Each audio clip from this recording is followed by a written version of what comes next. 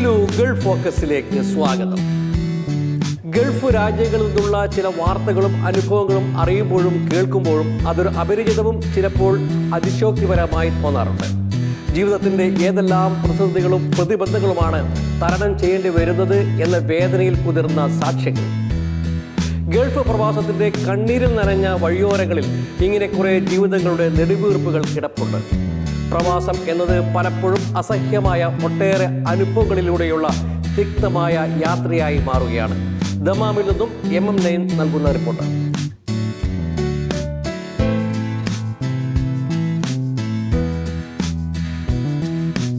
കൊല്ലം കൊട്ടാരക്കര സദാനന്ദപുരം സ്വദേശി ചരുവള വീട്ടിൽ ജോർജ് സാമുവലിനെ ഇത് മരണത്തിൽ നിന്നും ജീവിതത്തിലേക്കുള്ള തിരിച്ചുവരവിൻ്റെ കാലം. 2.5 വർഷം മുമ്പാണ് ജോർജ് സൗദിയിലെ നജറാനിൽ വീട്ടുവേലക്കായി എത്തുന്നത്.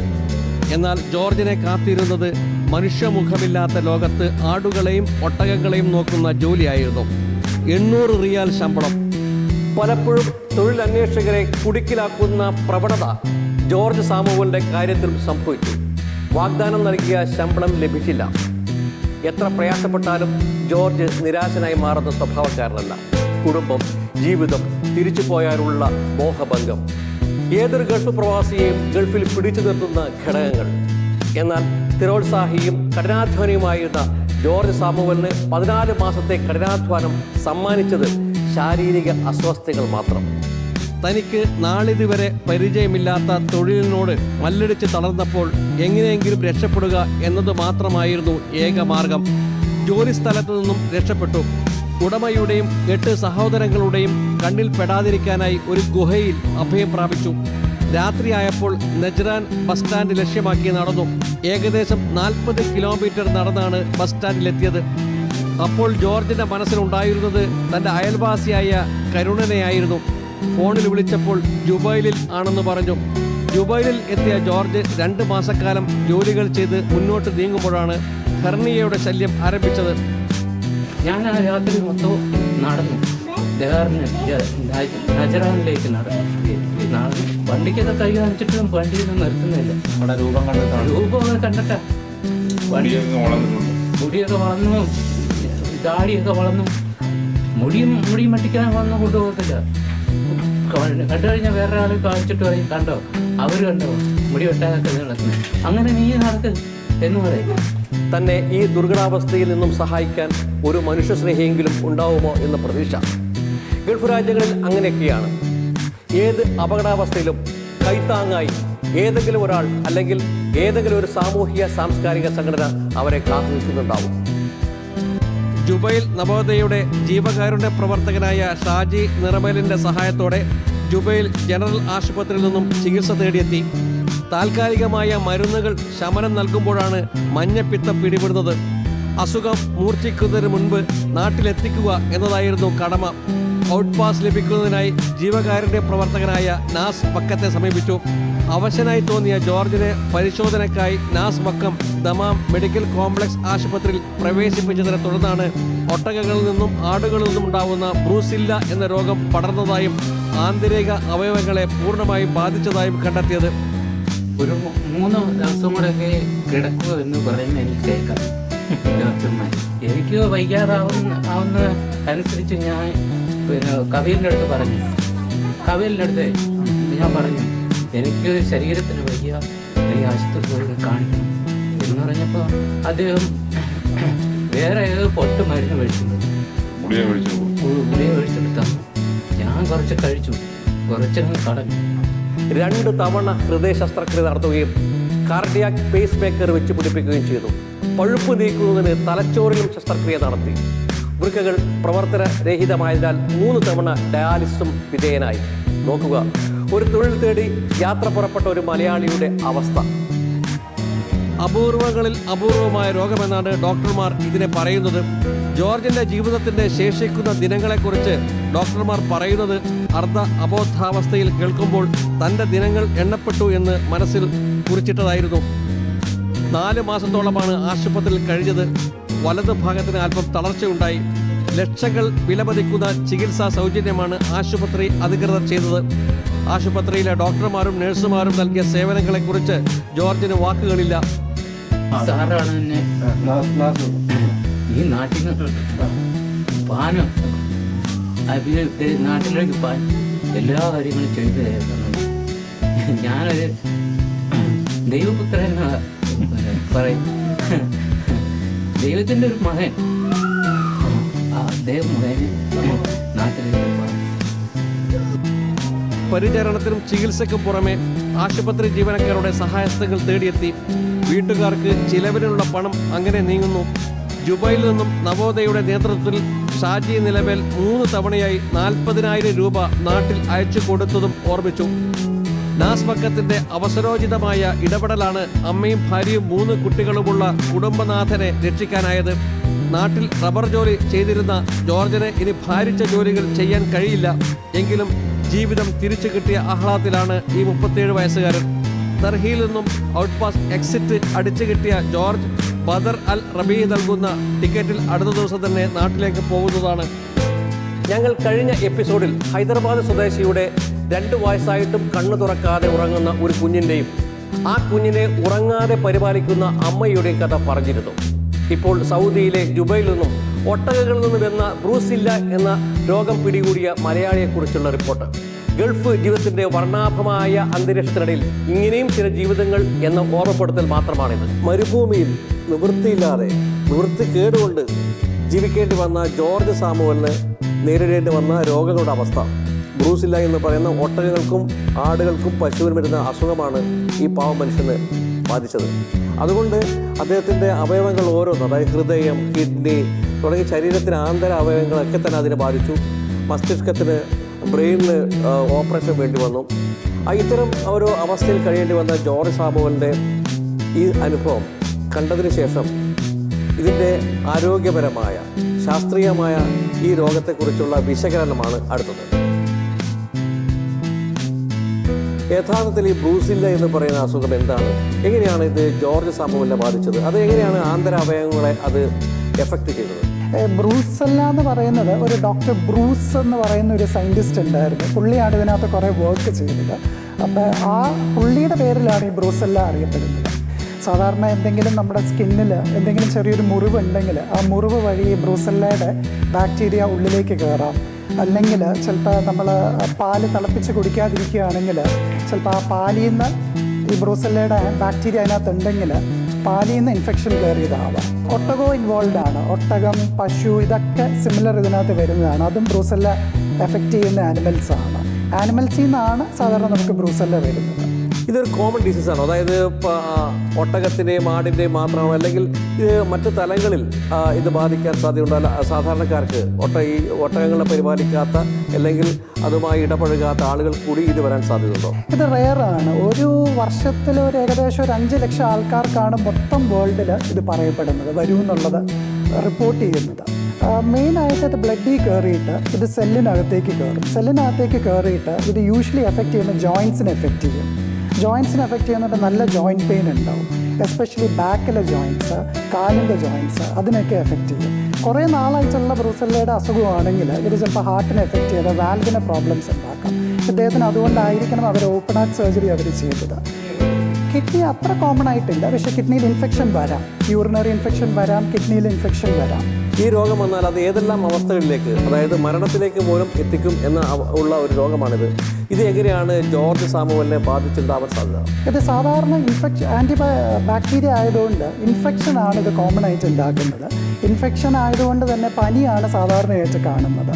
പിന്നെ ചുരുക്കം ചില ആൾക്കാർക്ക് ചിലപ്പോൾ ഇതുപോലെ ഹാർട്ട് ഇൻവോൾവ് ആവാം. ഇദ്ദേഹത്തിന് ഓപ്പൺ ഹാർട്ട് സർജറി വേണ്ടി വന്നിരുന്നു. ബ്രെയിൻ ചിലപ്പോൾ ഇൻവോൾവ് ആവാം. ബ്രെയിനിൽ ഇൻഫെക്ഷൻ വന്നിട്ട് ആബ്സസ് ഫോം ചെയ്യാം.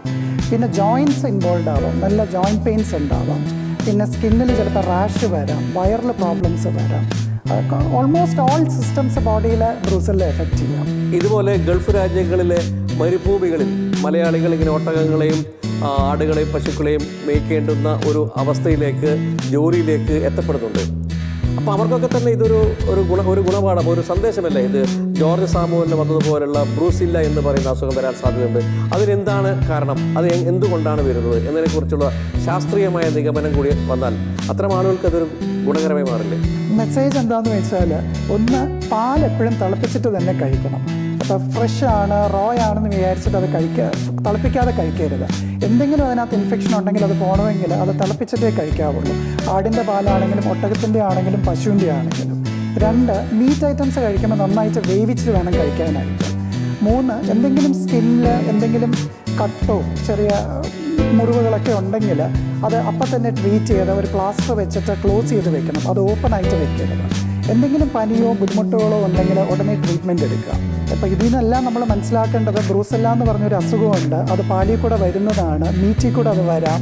അപ്പോൾ നമ്മൾ അതിനെക്കുറിച്ച് കുറച്ച് ശ്രദ്ധിക്കേണ്ടതാണ്. പാലെപ്പോഴും തിളപ്പിച്ച് കഴിക്കുക, മീറ്റ് എപ്പോഴും വേവിച്ച് കഴിക്കുക. ഇതാണ് പറയാവുന്ന ഒരു മെസ്സേജ്. മലയാളം കമ്മ്യൂണിക്കേഷൻസിൻ്റെ 4ാമത് ചാനൽ ഗൾഫ് പ്രവാസികൾക്കിടയിലുള്ള ചാനൽ കൈരളി അറേബ്യ പ്രക്ഷേപണം ആരംഭിച്ചു. അബുദാബി ആംഡ് ഫോഴ്സ് ക്ലബിൽ നടന്ന ഉദ്ഘാടന ചടങ്ങും അനുബന്ധമായി നടന്ന സെമിനാറും ശ്രദ്ധേയമായി. കൈരളി അറേബ്യയെക്കുറിച്ചുള്ള പ്രവാസി മലയാളികളുടെ പ്രതികരണങ്ങളിലേക്ക്.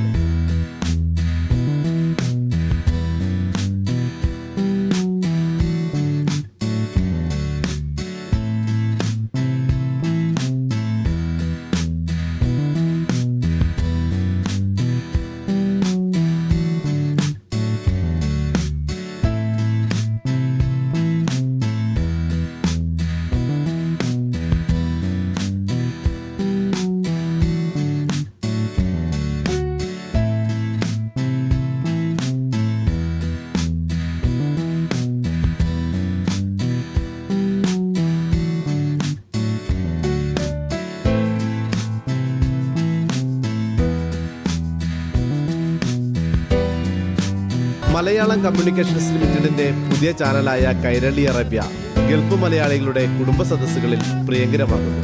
കൈരളി അറേബ്യ പുതിയ സമീപനവും പുതിയ അനുഭവമാണെന്ന് പ്രവാസി കുടുംബങ്ങൾ അഭിപ്രായപ്പെട്ടു. കൈരളി അറേബ്യ പുതിയ ചാനൽ തുടങ്ങിയതിന് ഞങ്ങൾക്ക് വളരെ സന്തോഷവും അഭിമാനമുണ്ട്. കാരണം അത് പ്രവാസികളെ ഉദ്ദേശിച്ച് തുടങ്ങിയതായതുകൊണ്ട് തീർച്ചയായിട്ടും ഞങ്ങൾക്ക് വളരെയധികം സന്തോഷമുണ്ട് കൈരളി അറേബ്യ പുതിയതായി തുടങ്ങിയത്. നമ്മളുടേതെന്ന് പറയാൻ ഒരു ചാനൽ നാട്ടിലെ കാര്യങ്ങളും അതുപോലെ തന്നെ ഇവിടെ നമുക്ക് ഒരുപാട് കാര്യങ്ങൾ അതിലൂടെ അറിയാൻ പറ്റും. അന്ന് ഈ നടക്കുന്ന കാര്യങ്ങളും വാർത്തകളും ഒക്കെ അറിയാൻ പറ്റും. ഒരുപാട് പ്രതീക്ഷയുണ്ട് ചാനലിൽ.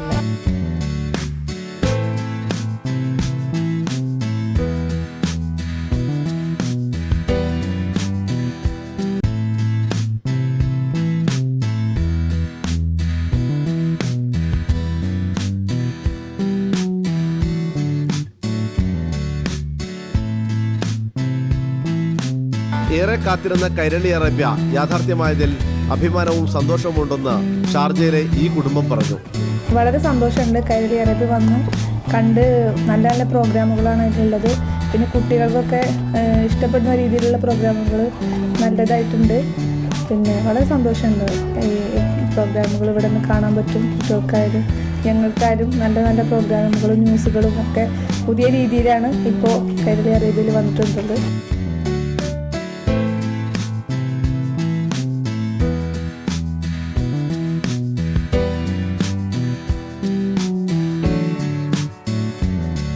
ഏറെ ആകർഷകമായ പരിപാടികളാണ് കൈരളി അറേബ്യയിലുള്ളതെന്ന് പ്രവാസി മലയാളികൾ പറയുന്നു.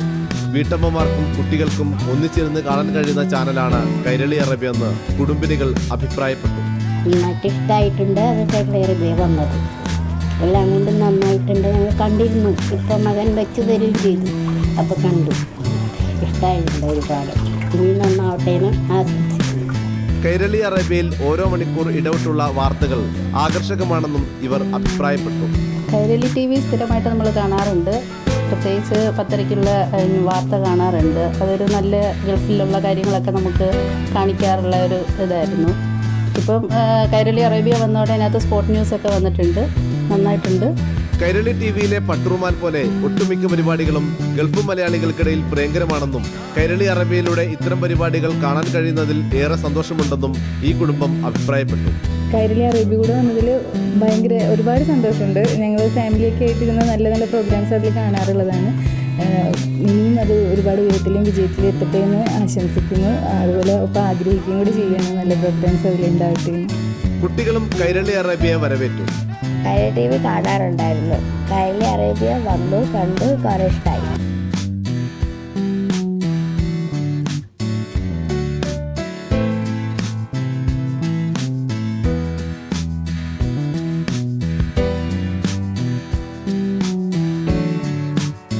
നമ്മുടെ നെഞ്ചോട് തന്നെ നമ്മൾ ചേർക്കുന്ന കേരള ചാനലിന് നമ്മളെ പ്രവാസികളൊരു സഹോദര ചാനലായിട്ട് നമ്മൾ കൈരളിയെ കാണുന്നത്. എല്ലാ പ്രോഗ്രാമും എല്ലാ വാർത്തകളും എല്ലാം നല്ല ചാനലാണ്. പ്രോഗ്രാം ഞാൻ കണ്ടിരുന്നു. മമ്മൂട്ടിയെല്ലാം തന്നെ വളരെ നല്ലൊരു പ്രോഗ്രാമായിരുന്നു.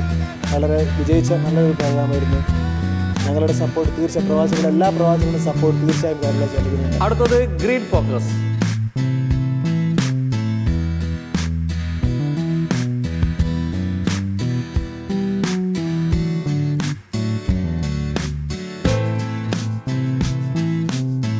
യുഎയിലെ ദെയ്ദിലാണ് ഗ്രീൻ ഫോക്കസിന്റെ സംഘം എത്തിയത്. ഇവിടെ വില്ലകളിൽ കൃഷി ചെയ്യുന്ന ഒട്ടേറെ പ്രവാസി മലയാളികളുണ്ട്. പരിമിതമായ സൗകര്യങ്ങൾക്കിടയിലും കൃഷി ചെയ്യുന്നവർ. കൃഷിയിൽ ഇവർ ഏറെ സംതൃപ്തരാണ്. വിഷമുക്തമായ പച്ചക്കറികൾ എന്നതിനപ്പുറം പ്രിയപ്പെട്ട ഒരു വിനോദ ഉപാധി കൂടിയാണ് ഇവർക്ക് കൃഷി രീതികൾ.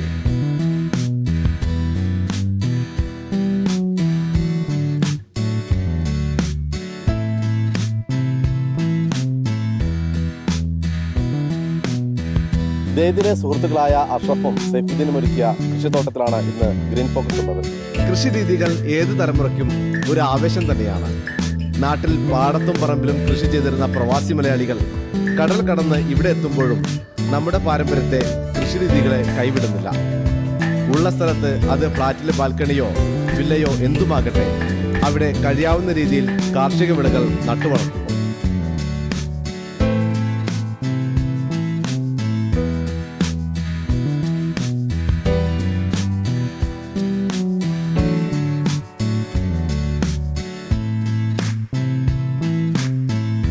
ദെയ്ദിൽ താമസിക്കുന്ന ചെറുപ്പക്കാരായ 2 പ്രവാസി മലയാളികൾ, മലപ്പുറം കൂരട സ്വദേശി അഷ്റഫും മാണൂർ സ്വദേശി സൈഫുദ്ദീനും. കൃഷി ഇവർക്ക് ജീവിതത്തിന്റെ ഒരു ഭാഗം കൂടിയാണ്. ഇവർ താമസിക്കുന്ന വില്ലയോട് ചേർന്ന സ്ഥലം ഒരു കൃഷിത്തോട്ടമാക്കി മാറ്റിയെടുത്തു. കഴിയാവുന്നത്ര കാർഷിക വിളകൾ ഇവിടെ ഒരുക്കിയെടുത്തിരിക്കുന്നു.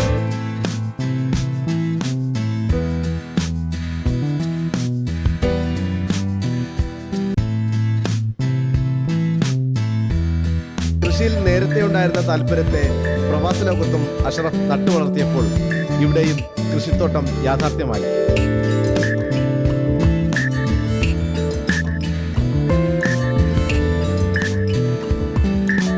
പണ്ട് ഞങ്ങൾക്ക് കൃഷിയിൽ താല്പര്യം രണ്ടുപേരും. പിന്നെ ആദ്യം കൗതുകത്തിന് വേണ്ടി തുടങ്ങി ഞങ്ങൾ.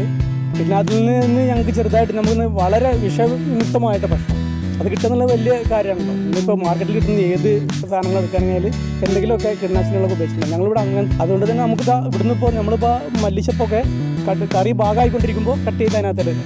രാസവളങ്ങൾ ഞങ്ങൾ കാര്യമായിട്ടൊന്നും ഉപയോഗിക്കുന്നില്ല. പശുവിൻ്റെ ചാണകം, പിന്നെ ഇവിടെ കോഴിയുടെ വേസ്റ്റ്, അതൊക്കെ ഞങ്ങൾ ഉപയോഗിക്കുന്നു. രാസവളങ്ങൾ ചെറുതായിട്ട് യൂറിയ എല്ലാം കൊടുക്കാറുണ്ട്, അല്ലാതെ കൂടുതൽ രാസവളങ്ങൾ കൂടുതൽ ഉപയോഗിക്കുന്നുണ്ട്. കൃഷിയിൽ മാത്രം ഒതുങ്ങുന്നില്ല ഇവിടുത്തെ കാഴ്ചകൾ. താറാവ്, പ്രാവ്, മുയൽ തുടങ്ങിയ പക്ഷിമൃഗാദികളെയും ഈ ചെറുപ്പക്കാർ വളർത്തുന്നു. യുഎഇയുടെ വിവിധ ഭാഗങ്ങളിൽ നിന്ന് നിരവധി പേരാണ് ഈ കൃഷിത്തോട്ടം കാണാൻ ഇവിടെ എത്തുന്നത്.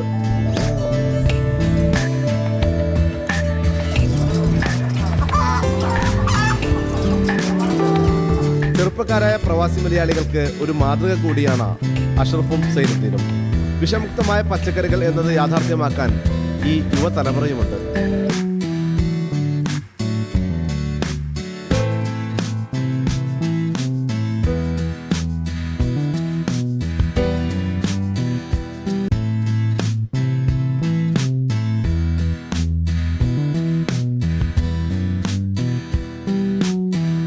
നാട്ടിൽ നിന്നും ഞങ്ങൾക്ക് ലഭിക്കുന്ന ഫോൺ കോളുകളിൽ അധികവും ജീവകാരുണ്യ ആവശ്യങ്ങൾക്കായുള്ള അഭ്യർത്ഥനകളാണ്.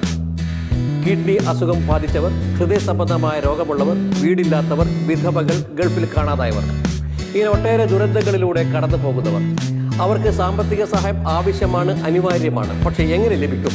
ആരോടാണ് ചോദിക്കേണ്ടത്? ഭർത്താവ് പെട്ടെന്ന് മരിച്ചു, വീടില്ല, കുട്ടികളെ പഠിപ്പിക്കണം, അവർക്കുള്ള സാമ്പത്തിക സഹായമില്ല, വിദ്യാഭ്യാസ സൗകര്യങ്ങൾക്കുള്ള സാമ്പത്തികമില്ല. ചുരുക്കത്തിൽ ജീവിതത്തിൻ്റെ ദുരന്തത്തിൻ്റെ ആഴക്കടലിൽ ചെന്നപ്പെട്ടവർ. അവർക്കായി എങ്ങനെ സാമ്പത്തിക സഹായം എത്തിക്കും? ഇതൊരു ചോദ്യമാണ്. ഗൾഫിലുള്ള സാമൂഹിക സാംസ്കാരിക മേഖലയിലെ പ്രവർത്തകർ ഗൾഫിലെ തന്നെ ഒട്ടേറെ ജീവകാരുണ്യ പ്രവർത്തനങ്ങളിൽ ഒഴുകുന്നു. നാട്ടിലുള്ള ഇത്തരം പ്രശ്നങ്ങൾ നാട്ടിൽ നിന്ന് തന്നെ പരിഹരിക്കുന്നതിനുള്ള സംവിധാനമുണ്ടോ എന്നത് അറിയിക്കേണ്ടതുണ്ട്. ഗൾഫ് ഫോക്കസ് അടുത്ത ആഴ്ച വീണ്ടും കാണാം. നമസ്കാരം.